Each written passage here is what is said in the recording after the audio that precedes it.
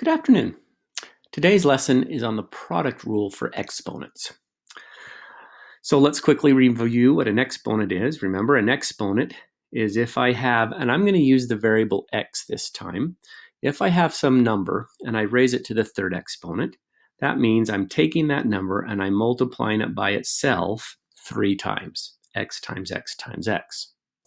So the question is this: is there a way to take a expression that has multiple of the same bases, like let's say I have x to the 5th and I times that by x to the 3rd. The question is can we write this shorter? Can we simplify it or combine the x to the 5th and the x to the 3rd? Well, we can. If you think about it, this x to the 5th means I have 5 x's that I'm multiplying together. So I got the 1, 2, 3, 4, 5. That's this x to the 5th. Then I'm timesing that by another 3 x's, x to the 3rd, x times x times x. Well, how many total x's am I multiplying together? Because this multiplication is no different than all these multiplications, right? So I'm multiplying a total of 8 x's, which I could write that as a single exponent of 8. And that means all we really needed to do was take their 2 exponents and add them together. I'm adding 5 to 3 to get 8. It's as simple as that. If I give you 7 to the 5th power times 7 to the 12th power, and I say, okay, that's going to be a really, really, really large number if I multiply it out, but let's not multiply it out. Let's just try to simplify it and write it as a single 7 raised to a single exponent.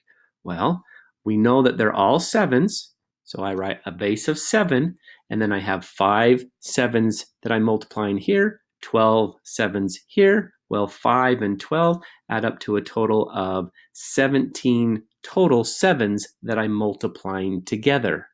So it seems kind of weird maybe to some because I'm multiplying, but I add the exponents.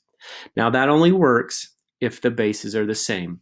Do not make the mistake if you're given something like 3 squared times 5 to the 3rd that we can combine these two. We cannot. That's not 15 to the 5th or 15 to anything. That's literally just 3 squared and 5 cubed. That does not simplify. It has to be the same base, like both 7s. Now, the order doesn't matter as well. So you might be given something like this. You might be given multiple variables.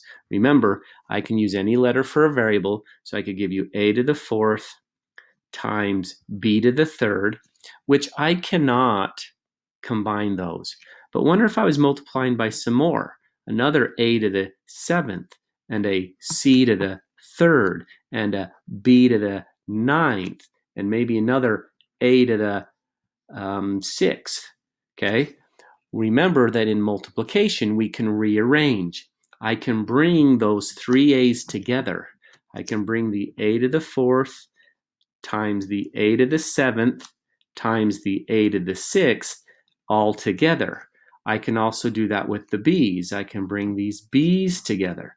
So I can multiply by b to the 3rd and b to the 9th at one place, and then the c will be on the end, and now I can actually combine the a's.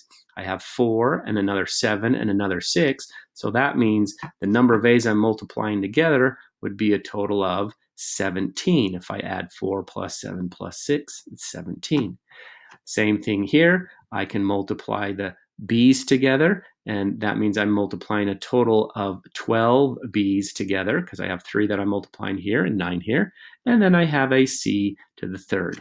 I do not need to necessarily put a little time symbol in between there because when I have letters next to each other, that means multiplication. One last thing, if I give you ab squared, make sure you realize that's a to the 1 power. We just don't write it, and b squared. So then if I put in some more variables, c a squared, b to the third, c, b to the fourth, all these additional little c's that you don't see an exponent, that's an exponent of 1. So when I simplify this, I just write my first variable, which is an a. I have a 1 plus 2 more, so I'm moving to the next a and seeing its exponent. So I have 1 exponent here plus 2 more a's here, or exponent of 2. So I have a total of 3 a's. Then I move to the b. I have 2 b's I'm multiplying here. I move to my next, I have 3 more here, so 2 and 3 makes a total of 5. Move to the next b, 4 more, that's a total of 9 b's. Then I move to my c. I have 1 c here.